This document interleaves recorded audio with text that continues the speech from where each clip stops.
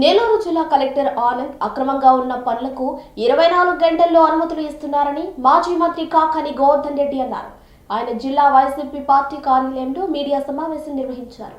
ఈ సందర్భంగా ఆయన మాట్లాడుతూ రెడ్ క్రాస్ అనేది ఒక గొప్ప సేవా సంస్థ అని ఎమ్మెల్సీ పర్వతిరెడ్డి చంద్రశేఖర్ రెడ్డి చైర్మన్ గా ఉన్న సమయంలో ఎంతో గొప్పగా పనిచేశారని తెలిపారు. పరిధులు మించి ప్రవర్తిస్తున్న జిల్లా కలెక్టర్ కు ఆ కుర్చీలో కూర్చునే అధికారం ఉందా అనే సందేహంగా ఉందని కాకాని అన్నారు. జిల్లా కలెక్టర్ కు రెడ్ క్రాస్ గురించి ఏం తెలుసని, రెడ్ క్రాస్ కు కలెక్టర్ ఏం చేశారని ఆయన ప్రశ్నించారు. నెల్లూరు జిల్లాకు సంబంధించి ఈ రాజకీయాలు, ఈ పార్టీలు, ఈ ఉన్నటువంటి పరిస్థితి ఎప్పుడు ఉన్నటువంటిదే. అటువంటి పరిస్థితుల్లో నెల్లూరు జిల్లాలో ఎంతోమంది కలెక్టర్లు పేదవాడిని గురించి ఆలోచన చేసి నిష్పక్షపాతంగా వ్యవహరించి ఇప్పటికీ కూడా నెల్లూరు జిల్లా ప్రజల శంకరన్ గారి దగ్గర నుంచి, సుజాతారావు గారి దగ్గర నుంచి, కె రాజు గారి దగ్గర నుంచి అనేక మందిని గుర్తుపెట్టుకొని బ్రహ్మాండంగా పనిచేశారని చెప్పి వాళ్ళ పేరిట కాలనీలు నిర్మించుకుంటున్నారు. ఈరోజు కూడా అంత గొప్ప స్థాయికి చేరినటువంటి పరిస్థితుల్లో ఈరోజు జిల్లా కలెక్టర్గా ఉన్నటువంటి ఆనంద్ గారు తీసుకున్నటువంటి వివాదాస్పదమైనటువంటి నిర్ణయాలు బాధాకరంగా ఉన్నాయి. ఎందుకంటే రెడ్ క్రాస్ అనేటువంటిది ఒక వాలంటరీ ఆర్గనైజేషన్, ఒక సేవాభావంతో ఏర్పడినటువంటిది. యుద్ధాలు జరిగినప్పుడు అంతర్జాతీయ స్థాయిలో సేవలు అందించాలి విశేషంగా అనేటువంటి ఆలోచనతో పాటు సమాజంలో ఉండేటువంటి అనేక పరిస్థితులకు అనుగుణంగా ఎక్కడైనా ఏదైనా ఇబ్బందికరమైనటువంటి పరిస్థితి తలెత్తితే వాటికి సంబంధించి అండగా నిలవాలనేటువంటి లక్ష్యంతో పనిచేస్తుంది. ఈరోజు మనందరం గర్వపడాల్సింది నెల్లూరు జిల్లాకు సంబంధించినటువంటి రెడ్ క్రాస్ ఆంధ్ర రాష్ట్రంలోనే ఈరోజు బహుశా నేను అనుకోవడం జాతీయ స్థాయిలోనే అతి తక్కువగా ఉన్నటువంటి వాటిలో ప్రధానంగా చెప్పుకోవాల్సినటువంటిది నెల్లూరు రెడ్ క్రాస్. దానికి సంబంధించి చాలామంది దాతలు ఉండి ఉండవచ్చు, చాలామంది దాతల కంట్రిబ్యూషన్ ఉండి ఉండవచ్చు, చాలామంది కష్టపడి ఉండొచ్చు. కానీ ఈరోజు మనం గర్వంగా చెప్పుకోదగింది చంద్రశేఖర్ రెడ్డి అనేటువంటి వ్యక్తి, పర్వతిరెడ్డి చంద్రశేఖర్ రెడ్డి అనేటువంటి వ్యక్తి శాసన మండలి సభ్యుడు కాకముందు సేవా దృక్పథంతో దానికి సంబంధించినటువంటి బాధ్యతలు స్వీకరించిన తర్వాత ఈరోజు ఒక్కసారి మనం చూస్తే రెడ్ క్రాస్ హాస్పిటల్ ఏ విధంగా అభివృద్ధి చెందింది, బ్లడ్ బ్యాంక్ ఏ విధంగా అభివృద్ధి చెందింది, దానికి సంబంధించినటువంటి ఫండ్ రైజింగ్ ఏ విధంగా ఉన్నది, సొంత నిధులు ఏ విధంగా ఖర్చు పెట్టాడు, కరోనా కాలంలో ఏ విధంగా ఈ జిల్లాకు సంబంధించినటువంటి అనేక మంది ప్రజలకు సేవలు అందించాడు అనేటువంటిది ప్రత్యేకంగా చెప్పాల్సినటువంటి అవసరం లేదు. అటువంటి నేపథ్యంలో జిల్లా కలెక్టర్ గారు తీసుకునేటువంటి నిర్ణయం ఈరోజు ఒకే ఒక మాట, ఆయన ఎవరు చెప్పారో తెలియదు, ఎందుకు జరిగిందో తెలియదు, దీని వెనక ఎవరున్నారో తెలియదు, ఒక కుట్రకోణం దాగుందాం అనేటువంటి అనుమానం వచ్చేటువంటి విధంగా ఒకేసారి ఏకపక్షంగా 21వ తేదీ ఒక నలుగురి మీద ఆర్డర్ పాస్ చేశాడు. 5 మంది మీద, పర్వతిరెడ్డి చంద్రశేఖర్ రెడ్డి గారి మీద, మల్లిరెడ్డి కోటారెడ్డి గారి మీద, సుధీర్ నాయుడు మీద, సుబ్బారెడ్డి గారి మీద, దానితో పాటు ప్రసన్న మీద. వీళ్ళు 5 మంది కూడా దాదాపుగా వైఎస్ఆర్ కాంగ్రెస్ పార్టీకి సంబంధించినటువంటి సానుభూతి పరులు. వీళ్ళ మీద ఒకే ఆర్డర్ ఏమన్నాడంటే ఎక్స్ప్లెనేషన్ ఇవ్వమని. ఎక్స్ప్లెనేషన్ తీసుకుని ఒకటే ఒక line, after considering the explanation submitted by you in the reference second read it has been decided to expel you from the primary membership of the Indian Red Cross Society. ప్రాథమిక సభ్యత్వం నుంచి మిమ్మల్ని తొలగిస్తున్నాము అని చెప్పి ఇచ్చాడు ఆర్డర్. ఒక కలెక్టర్గా ఉండేటువంటి వ్యక్తి, తనకున్నటువంటి విచక్షణ అధికారాలను ఉపయోగించుకోవాల్సినటువంటి వ్యక్తి లేని అధికారాలను ఉపయోగించుకొని ఇటువంటి ఆర్డర్ని పాస్ చేయడం అనేటువంటిది దౌర్భాగ్యం. ఇది నిజంగా ఒక కలెక్టర్ స్థాయి వ్యక్తి చేయాల్సినటువంటి కాదు. ఆనంద్ గారు ఎందుకు చేశారో నాకు తెలియదు, కానీ ఎందుకంటే నాకు పెద్ద పరిచయం లేదు, నేను ఆయన దగ్గరికి పోయేటువంటిది లేదు, ఆయన్ని కలిసింది లేదు, ఎప్పుడో ఒక గ్రీవెన్స్ రోజు వెళ్ళి ఒక రిప్రజెంటేషన్ వచ్చాను తప్ప కలవాలన్నటువంటి ఆలోచన కూడా కలగలేదు. ఎందుకంటే వాళ్ళ ధోరణి, పనిచేసేటువంటి తీరు చూసిన తర్వాత ఇంకా ప్రజలకి న్యాయం జరగదనేటువంటి నిర్ణయానికి వచ్చిన తర్వాత అటువంటి అధికారులను కలవాలనేటువంటి ఆలోచన కూడా చెయ్యం. అయితే దీనికి సంబంధించి ఒక ఆర్డర్ ప్రైమరీ మెంబర్షిప్ ఇచ్చినట్టు, ప్రైమరీ మెంబర్షిప్ కూడా సీజ్ చేసినట్టుగా ఆర్డర్ ఇచ్చాడు. ఇది వాళ్ళకి సంబంధించినటువంటి గజెట్. దీనిలో ఒక్కసారి అనేక విషయాలు కూడా చూడడం జరిగింది. ఎందుకంటే కలెక్టర్ గారు తీసుకున్నటువంటి నిర్ణయానికి దానికి ఎంత చట్టబద్ధత ఉంది, దాన్ని ఏ విధంగా తీసుకున్నారు. ఎందుకంటే ఇది కలెక్టర్ గారు పెట్టినటువంటి సొసైటీ కాదు, ఇది కలెక్టర్ గారు కన్సర్న్లో పనిచేసేది కాదు, ఇది ఇంటర్నేషనల్ అంతర్జాతీయ సంస్థ ఇది. కాబట్టి అంతర్జాతీయ పరంగా అసలు ఈ దేశ పరిస్థితులు, రాష్ట్ర పరిస్థితులు ఓసారి ఆలోచన చేస్తే ఈ దేశంలో ఉండేటువంటి నేషనల్ బాడీని లీడ్ చేసేటువంటి చైర్మన్ మన్సుఖ్ మాండవీయ గారు, బీజేపీ ఎంపీ గారు, మంత్రి గారు. ఆయనకేమో పొలిటికల్ అఫిలియేషన్ లేదా? ఆయన రాజకీయ పార్టీ నుంచి వచ్చినటువంటి వాడు కాదా? మంత్రి అయ్యాడు. మంత్రి అయిన రాజకీయ పార్టీకి సంబంధం లేదా? ఎవడైనా మిస్బిహేవ్ చేస్తే తొలగించేటువంటి అధికారం రాష్ట్ర స్థాయిలో ఉండేటువంటి వాళ్ళకు ఉంది తప్ప మెంబర్షిప్ ప్రెసిడెంట్గా ఉండేటువంటి జిల్లా యూనిట్కి సంబంధించినటువంటి కలెక్టర్ గారికి లేదు. కాబట్టి లేని అధికారాన్ని ఆయన అందిపుచ్చుకొని వైఎస్ఆర్ కాంగ్రెస్ పార్టీకి సంబంధించినటువంటి వాళ్ళని ఇబ్బంది పెట్టడమే ధ్యేయమైతే మీరు జిల్లా కలెక్టర్గా ఆ కుర్చీలో కూర్చోడానికి అర్హత ఉందా లేదా అనేటువంటిది మేము ప్రశ్నించడం కాదు, మీరు ఆత్మపరిశీలన చేసుకోవాల్సినటువంటి పరిస్థితి ఏర్పడింది. మీ అంతటి మీరే ఆత్మపరిశీలన చేసుకోవాల్సినటువంటి పరిస్థితి ఏర్పడింది.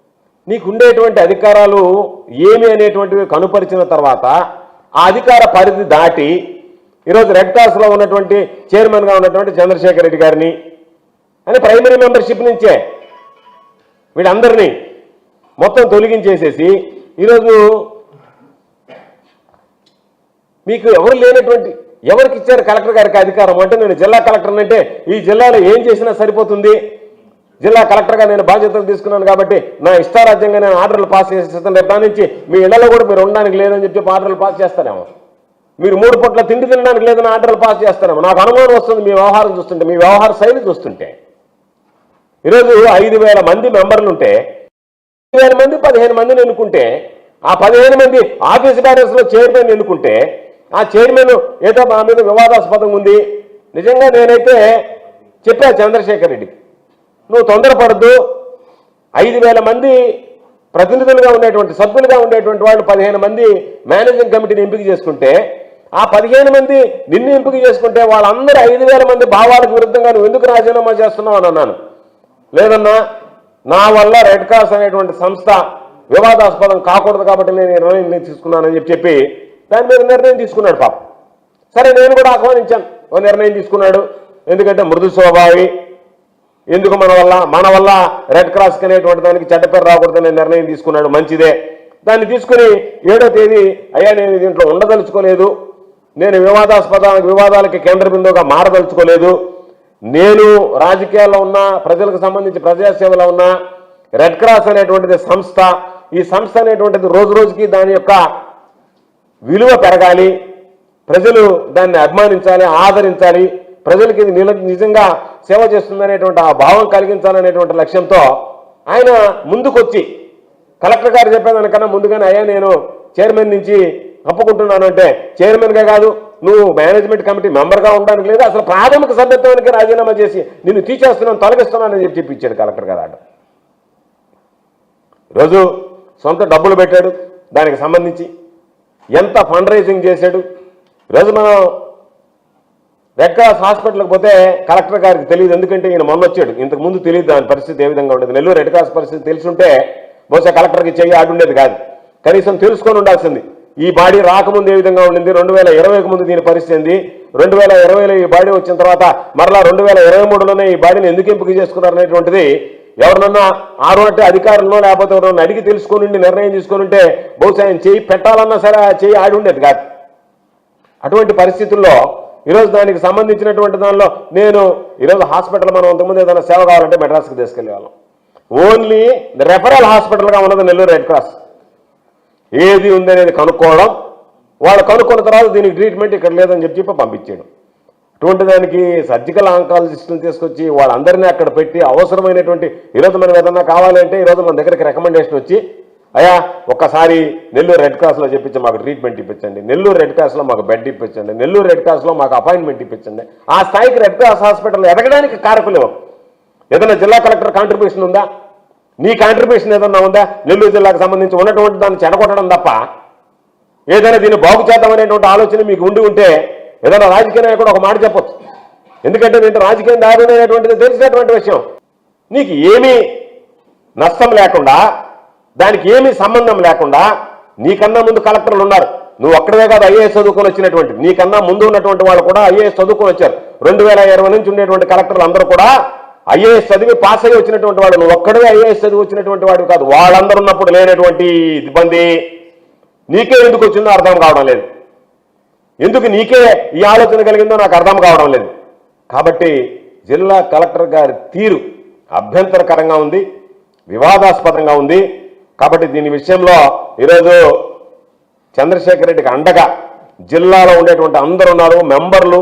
దానికి సంబంధించినటువంటి రెడ్ క్రాస్కి సంబంధించినటువంటి ప్రతి ఒక్కరు ఉన్నారు, మేము అందరూ ఉన్నాం. పార్టీల గురించి మాట్లాడటం లేదు.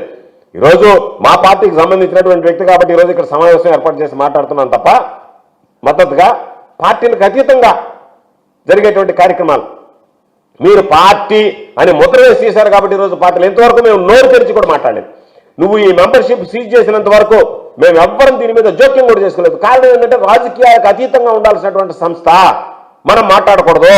ఒకవేళ ఆయన తొందరపడి ఆయన వివాదాస్పద నిర్ణయం తీసుకున్నానని చెప్పి ఈరోజు మీరు ఈ పార్టీలో ఉన్నావు కాబట్టి, వైఎస్ఆర్ కాంగ్రెస్ పార్టీతో మీకు అఫిలియేషన్ ఉంది కాబట్టి మీరు ఉండకూడదన్నారు. కాబట్టి ఏమి తప్పు చేశాం, మేము చేసినటువంటి పాపం ఏమిటి? వైఎస్ఆర్ కాంగ్రెస్ పార్టీలో ప్రతినిధులుగా ఉండేటువంటి వ్యక్తి ఈ సమాజంలో బాధ్యతలు నిర్వహించకూడదా? ఈ సమాజంలో సేవ చేయకూడదా? ఈ సమాజంలో సేవ చేయడానికి మేము అనర్హులమా? అది జిల్లా కలెక్టర్ గారు చెప్పదలుచుకున్నారా? అంటే తెలుగుదేశం పార్టీకి సంబంధించినటువంటి వ్యక్తులకు తప్ప మిగతా వాళ్ళు అర్హులు కాదు, మీరందరూ అనర్హులు, కాబట్టి మీరు సేవ చేయడానికి లేదు, మీరు జిల్లాలో ప్రధానమైనటువంటి బాధ్యతలు తీసుకోవడానికి లేదు, పేదలకి ప్రజలకి అండగా నిలవాల్సినటువంటి అవసరం లేదు అనేటువంటిది చెప్పదలుచుకున్నారా దీని ద్వారా? అది తేల్చి చెప్పాల్సినటువంటి అంశం. కాబట్టి తప్పనిసరిగా మీరు ఎన్ననుకున్నా దీని మీద న్యాయ పోరాటం చేస్తాం, వదిలిపెట్టాం. ఖచ్చితంగా మేము దీనికోసం పోరాడతాం. ఎందుకంటే ఇది ఒక బ్యాడ్ ప్రెసిడెంట్. మీరు ఇచ్చినటువంటిది ఒక మాయన మచ్చలాగా భవిష్యత్తులో కూడా ఎవరు వచ్చినా సరే ఈరోజు రేపు న్యాయంగా నీతిగా పనిచేయాలన్నా నేను కలెక్టర్ గారికి చెప్పేది ఏంటంటే, బహుశా రేపు పార్టీలు మారచ్చు, ప్రభుత్వాలు మారచ్చు. మారినప్పుడు ఏమంటారు? ఒకటే మాట, ఇది చేతకాని ప్రభుత్వం, గత ప్రభుత్వం ఆ విధంగా చేసింది, మీరు ఎందుకు చేయలేరని చెప్పి ఇదే సాంప్రదాయాన్ని కొనసాగిస్తే నీలాంటి వ్యక్తి రాష్ట్రంలో ఈ జిల్లాలో, నెల్లూరు జిల్లాలో ఎటువంటి సాంప్రదాయానికి తెరదీశాడనేటువంటిది మీరు ఆత్మ పరిశీలన చేసుకోవాల్సినటువంటి సందర్భం. కలెక్టర్ ఆనంద్ గారు ఆత్మ పరిశీలన చేసుకోవాల్సినటువంటి సందర్భం. అయ్యో, నా హయాంలో ఇటువంటి నిర్ణయం తీసుకున్నాను, వివాదాస్పదమైనటువంటి నిర్ణయం, ఇది భవిష్యత్తులో ఎటువంటి ప్రమాదాలకు దారితీస్తుంది, ఎటువంటి పరిణామాలకు దారితీస్తుంది అనేటువంటిది ఆలోచన చేసుకోవాల్సినటువంటి పరిస్థితి అని చెప్పి ఈ సందర్భంగా తెలియజేస్తున్నా. తప్పనిసరిగా మేము న్యాయ పోరాటం చేస్తాం. జిల్లా కలెక్టర్ స్థాయి వ్యక్తి అయినంత మాత్రాన్ని ఆయన నా ఇష్ట ప్రకారం నిర్ణయాలు ఉంటాయి కాబట్టి నా నిర్ణయాల్ని మీరు అందరూ ఆమోదించాలంటే ఆయన నిర్ణయాలు మేము ఆమోదించాం, ఆయన నిర్ణయాన్ని వ్యతిరేకిస్తాం, ఆయన నిర్ణయాన్ని వ్యతిరేకంగా న్యాయ పోరాటం చేస్తాం. అంతే తప్ప నేను జిల్లా కలెక్టర్ గారిని కాబట్టి నేను చెప్పిందే శాసనం, నేను చెప్పిందే వేదం అంటే నువ్వు నియమ నిబంధనల ప్రకారం ఈ జిల్లాలో ఉండేటువంటి పరిపాలన అధికారిగా పరిపాలనని గాడిలో పెట్టి ప్రజల అవసరాలు తీర్చడానికి నిన్ను అధికారిగా పెట్టారు తప్ప పార్టీలకు సంబంధించి, రాజకీయ పార్టీలకు సంబంధించినటువంటి వాళ్ళ అవసరాలు తీర్చడానికి నువ్వు జిల్లాకు సంబంధించి ఐఏఎస్ అధికారిగా అవసరం లేదు, అంత చదువు అంత విద్య అవసరం లేదు. ఎవడైనా మామూలుగా ఉండేటువంటి వాడైనా సరే ఎక్కడ సంతకం పెట్టమంటే అక్కడ సంతకం పెట్టేటువంటి వాడు వస్తే ఆ పరిపాలన జరిగిపోతుంది. కాబట్టి ఇటువంటి ఒక దుష్ట సాంప్రదాయానికి, ఒక చెడు సాంప్రదాయానికి ఈరోజు ఇది నాంది పలికే విధంగా దారి తీసేటువంటి విధంగా ఉంది. కాబట్టి దీన్ని మేము ఖండిస్తున్నాం. తప్పనిసరిగా వైఎస్ఆర్ కాంగ్రెస్ పార్టీ కూడా అండగా నిలుస్తుంది. చంద్రశేఖర్ రెడ్డి గారితో పాటు ఉన్నటువంటి మేనేజింగ్ కమిటీ సభ్యులు ఎవరైతే ఉన్నారో రాజకీయాలకు అతీతంగా దీనికి సంబంధించి పోరాడాల్సినటువంటి అవసరం ఉంది. కాబట్టి రాజకీయ పార్టీల జోక్యం ఉందని మమ్మల్ని దీంట్లో చూపించారు కాబట్టి, మాకు సంబంధించినటువంటి సానుభూతి పరులను తీసేశారు కాబట్టి మేము జోక్యం చేసుకోవాల్సిన మాట్లాడాల్సినటువంటి పరిస్థితి ఏర్పడింది. కలెక్టర్ గారు ఇప్పటికైనా సరే ఆయన చేసినటువంటి తప్పును సరిదిద్దుకొని బహుశా ఈరోజు హడావిడిగా సాయంకాలమే ఈరోజు మరలా మేనేజింగ్ కమిటీ సమావేశం ఏర్పాటు చేసి చైర్మన్ ఎంపిక చేయాలనేటువంటి ఎందుకు అంత తొందరపడుతున్నాడో, ఎందుకు అంత ఆదుర్త పడుతున్నాడో, ఎవరి ఆదేశాల మేరకు పనిచేస్తున్నాడో అర్థం కావడం లేదు. కానీ అది మంచి పద్ధతి కాదు. కాబట్టి జిల్లా కలెక్టర్ గారు ఇప్పటికైనా సరే దీని మీద పునరాలోచించుకొని తాను చేసినటువంటి తప్పును క్షుణ్ణంగా పరిశీలించి వాస్తవాలు తెలుసుకుని దీనిని మరలా ఒకసారి ఆయన పునః పరిశీలించి ఆయన ఇచ్చినటువంటి ఉత్తర్వుల్ని హుందాగా ఆయన రద్దు చేసేది మంచిది. లేని పక్షంలో తప్పనిసరిగా వైఎస్ఆర్ కాంగ్రెస్ పార్టీ న్యాయ పోరాటానికి సిద్ధపడుతుంది అని చెప్పి ఈ సందర్భంగా తెలియజేస్తాను. ఎక్కడైనా ఇప్పుడు అర్థంగా ఎత్తుకుంటే మీకే తెలుసు కదా, ఈ జిల్లాలో ఎంతమంది మెంబర్లు రాజకీయ పార్టీలకు సంబంధించిన వాళ్ళందరినీ కూడా తీసేయాలిగా. అందుకని జిల్లా కలెక్టర్ గారు వైఎస్ఆర్ కాంగ్రెస్ పార్టీ వాళ్ళు ఉండకూడదని ఆయన విధించుకున్నటువంటి నిబంధన నారాయణ గారి ఆదేశాలతో.